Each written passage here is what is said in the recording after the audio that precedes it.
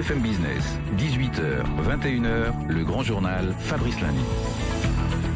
Alors au moment où on voit le Qatar grignoter ça et là des petits morceaux de capital des grands groupes français, eh bien l'Émirat qui semble freiner sa marche dans la conquête d'autres territoires, hein, celui des banlieues, celui des quartiers, hein, les cités, notamment en région parisienne. On va voir pourquoi dans un instant. Majid El Jaroudi, bonsoir. Bonsoir. Vous êtes le directeur général de l'ADIV. L'ADIV, c'est l'agence pour la diversité entrepreneuriale qui a comme but de mettre en relation des entrepreneurs issus de la diversité avec des grandes entreprises et puis d'aider justement ces PME à prospérer dans ces quartiers. C'est une agence qui est soutenue par des grandes entreprises telles que EADS, Bristol Myers, KPMG par exemple. Alors le Qatar justement, finalement ça avait été annoncé en décembre, il faudra attendre le mois de juin après l'élection présidentielle, l'engagement du Qatar et le lancement de son fonds d'investissement de 50 millions d'euros. 50 millions d'euros, juste pour qu'on se rende compte de ce que c'est 10% du budget du ministère de la Ville. Alors, Majid El Jaroudi, sur quoi portait ce fonds? Qu'est-ce qu'il était prêt à venir aider? Bon, bonsoir. Déjà, c'est un peu délicat pour moi de parler d'un fonds qui n'existe pas. Il va arriver. A priori, c'est du report, c'est du retard. Alors, vous êtes mieux informé que moi. Alors, a priori, je suis d'accord avec vous. A priori, il devrait arriver après les élections, parce que voilà, il y avait des enjeux un petit peu spéciaux à l'heure actuelle. De quoi s'agit-il? L'analogie que vous faisiez avec le ministère de la Ville, c'est intéressant. C'est 10% du budget, vous disiez. Oui, on peut voir ça comme ça. On peut voir aussi que c'est le prix du PSG ou de la moitié du prix du PSG.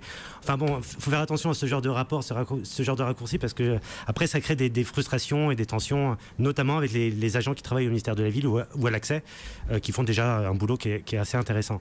Ce projet, donc ce fonds, il était destiné à financer des projets économiques portés par des habitants des banlieues. Voilà, des cités, des quartiers, donc en région parisienne notamment. Hein. Mais c'est pas surprenant. En fait, je pense qu'il y a qu'en France que ça surprend encore qu'on puisse vouloir investir dans les quartiers. On a eu le même genre de débat il y a quelques années sur les Américains qui avaient investi. L'oncle Sam était arrivé dans les banlieues et voilà, ils allaient prendre les talents des banlieues françaises et les envoyer aux États-Unis ou je ne sais quoi. Aujourd'hui, c'est les Qataris. Il y a pas plus tard qu'il y a 3 jours, moi j'étais à l'ambassade de Suède et c'est les Suédois qui lancent un grand programme de sensibilisation et d'accompagnement d'entrepreneurs dans les quartiers en France. Ça veut dire qu'il y a le monde entier qui est en train de regarder les banlieues françaises et il y a la France qui regarde ces banlieues avec méfiance, alors que le monde entier est en train de se dire c'est des banlieues qui regorgent de talents et d'opportunités. Talent entrepreneurial notamment, des jeunes managers qui ont des idées mais qui ne sont peut-être pas forcément valorisé actuellement en France par les Français en 2012. C'est le moins qu'on puisse dire. Hein. Quand on parle des banlieues, de toute façon, ou de la diversité, c'est pour parler sous l'angle du fait divers, vous le savez bien. On parle jamais, très rarement en tout cas, des succès. Et si on parle des succès, c'est uniquement pour pointer comment dirais-je, l'exception. On est toujours sur cette thématique de bon voilà, il y a une exception, donc c'est très bien, donc c'est l'arbre qui cache la forêt.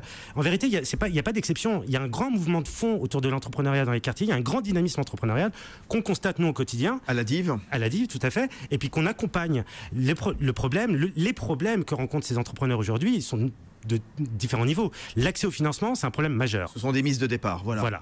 L'accès au financement. Ça, on le sait. Et la plupart des entrepreneurs de la diversité en particulier financent leur entreprise grâce à de l'argent levé auprès de leur famille.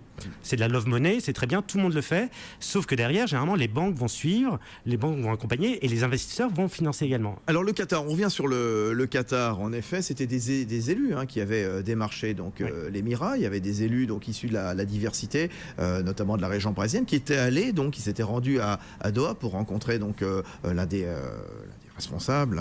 L'émir, on peut le dire. Avec Ahmad Al-Thani. Oui, c'était l'émir directement. Qu'est-ce qu'il demandait justement? Sur quoi déjà les choix s'étaient faits? Est-ce qu'il y avait déjà des projets qui avaient été proposés donc Non, alors pour vous raconter un petit peu la genèse, ce qui est intéressant, c'est que l'ANELD, l'association des élus, est partenaire justement de l'ADIV. Et l'ANELD et l'ADIV travaillons ensemble sur le développement économique des quartiers sensibles. Parmi les propositions que nous portons depuis de nombreuses années, il y avait bien évidemment la création de fonds d'investissement dédiés à destination des entrepreneurs qui sont installés dans les zones urbaines sensibles. on peut parler d'une sorte de Small Business Act, puisque je vois que c'est relancé et ça revient dans la campagne à l'heure actuelle. Par le pacte PME. Par le pacte PME, j'étais avec eux cet après-midi, qui sont également nos partenaires, et par certains candidats à l'élection présidentielle qui parlent maintenant du Small Business Act. Bon, très bien, ça fait 10 ans qu'on en parle, bon, ça ne verra jamais le jour, ce sera jamais comme aux États-Unis, mais c'est bien qu'en tout cas le sujet soit mis sur la place publique. Donc l'ANEL, nous avons porté cette proposition, mais ce n'était pas la seule proposition. Il se trouve que cette proposition a été retenue par les ministres du Qatar pour une raison qui est simple, c'est qu'ils ont l'expérience des fonds d'investissement. Ils ont de nombreux fonds d'investissement un peu partout dans le monde, et c'est un véhicule financier qui est facile pour eux à mettre en place. Donc quand les élus ont proposé cette solution en quelque sorte, l'émir a dit bah oui, ça on connaît, ça on sait faire, bah on va le faire avec vous. Et d'autant plus qu'ils ne sont pas dupes, les Qataris, c'est qu'ils savent très bien qu'il y a un fort taux de création d'entreprises dans les quartiers, ils ont travaillé les dossiers, ils savent qu'il y a des tendances, et ça c'est vrai dans le monde entier, dans tous les pays occidentaux, des tendances de fonds qui viennent des quartiers les plus défavorisés. Et comment ces fonds seront distribués? Parce que pour l'instant, on semble parler d'un report, d'un retard après l'élection présidentielle. Comment ces fonds seront distribués? Selon quelles conditions, quelles garanties? Ces 50 millions donc va allouer le Qatar à ces projets entrepreneuriaux en banlieue parisienne, enfin dans les cités, dans les quartiers. Alors je ne peux pas parler, encore une fois, je ne peux pas parler à la place des Qataris, mais je peux parler en tout cas en fonction de ce que nous avons proposé. On est sur du capital risque, on est sur du fonds d'amorçage, du capital développement et voilà, de l'investissement. Donc en fait l'idée c'est de prendre des participations dans les sociétés prometteuses et de les aider à se développer. C'est ce que je propose moi, mais derrière il peut y avoir d'autres types de dispositifs, du type prêt participatif, enfin il y a différents mécanismes qui existent. À l'heure actuelle c'est pas encore bien clair. Alors il y a eu quand même des réactions politiques de part et d'autre. Marine Le Pen qui a reproché au Qatar... Oh, c'est une réaction ou c'est une posture, ça Non, enfin en tout cas, voilà, les candidates à la présidentielle, on va la respecter, on va respecter sa position. Certains ont pu reprocher au Qatar donc d'investir massivement et sur une base communautaire dans les banlieues françaises. Elle l'a encore dit au Monde cet après-midi. Le Qatar propage la charia en France. Et puis, critique aussi de certains élus du Parti Socialiste. Claude Dillin, qui est sénateur socialiste de Seine-Saint-Denis, s'était interrogé. Est-ce qu'on peut imaginer les États-Unis investissant comme ça 10 millions d'euros dans l'éducation nationale? C'est vrai que ce qu'on accepterait peut-être du Qatar, on l'accepterait peut-être pas d'autres pays. Et vous nous avez dit très justement, Majid El-Jaroudi, vous le directeur général de l'ADIF, que bien d'autres pays sont prêts à investir dans les cités françaises. Vous avez cité l'exemple tout à l'heure de la Suède. Il y a des amalgames qui sont faits, c'est des raccourcis qui sont assez ridicules. Parler de charia quand on parle de création d'entreprise, bon, je sais pas. Et puis Claude Dillin, ce que disait Claude Dillin, il a raison. On ne peut pas demander à un pays de combler les lacunes de la France. Donc ça, c'est pas possible. Mais c'est pas du tout l'objectif. Le fonds d'investissement, quelles que soient les initiatives qui sont mises en place, c'est pas pour prendre la place du ministère de la Ville. Au contraire, c'est pour investir dans des sociétés. Les sociétés, ce sont des sociétés commerciales, privées, et qui ont besoin d'investisseurs. Et pour balayer l'argument de Marine Le Pen, qui dit, voilà, ça serait investi sur une base communautaire, vous dites, Majid El-Jaroudi, non. Moi, je l'apprends. Dans ce cas-là, les banlieues françaises ne sont constituées que de musulmans. C'est intéressant. C'est pas le cas. Dans les banlieues françaises, je vous invite à venir avec moi parce qu'on s'y rend souvent. Il y a de tout. En effet, il y a des musulmans, il y a des bouddhistes, il y a des juifs, il y a des... C'est pour ça. Non, mais simplement, pour être clair, ce fonds du Qatar, il n'aurait pas investi juste dans des sociétés détenues, possédées, ou en tout cas avec des projets... Vous savez aussi bien que moi que c'est illégal, qu'on ne peut pas faire ça. Mais je le sais bien, mais voilà. c'est bien en tout cas de préciser les choses. Mais oui, mais je pense que les Français ne sont pas dupes. Ils savent très bien que... On agite un chiffon rouge en disant faites attention, il y a le danger vert qui arrive.